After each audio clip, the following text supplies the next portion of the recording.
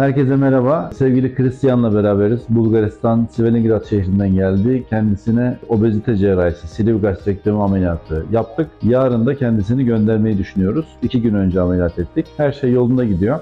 Ona ameliyatla ilgili bazı sorular sormak istiyorum. Sürecin nasıl geçtiğiyle ilgili, beklediği gibi mi, daha zor mu, daha kolay mı oldu? Tercümanımız Aylin Hanım bize yardımcı olacak. Öncelikle Christian'a bizi tercih ettiği için, bize güvendiği için kurumumuz adına, ekip adına teşekkür ediyorum. Първо искам да благодаря от името на моя екип, собствено име, както и от името на болницата за това, че избра нашата клиника да дойдеш тук за операцията. Надявам се да си останал доволен от обслужването, което получих. Да, абсолютно мога да кажа на всички, които гледат, че екипа е абсолютно се грижи за абсолютно всички, за абсолютно всеки по-отделно.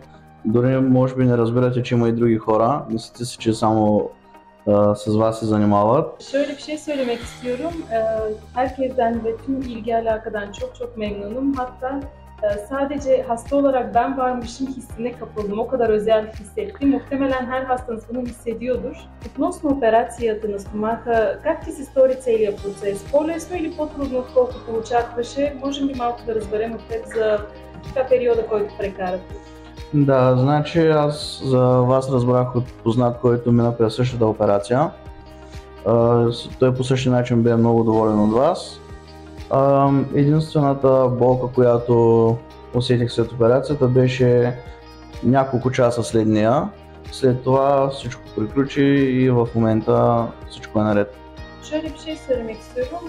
Ben sizi aslında kendi yakınımdan tavsiye üzerine duyarak geldim ve kendisi de çok memnundu burada aldığı hizmetten. Ağrı konusunda da ilk saatlerde biraz ağrı oluyor. Sonrasında herhangi bir problem yaşamadım ve gayet memnunum. Ağrı ile ilgili şunu söylemek istiyorum.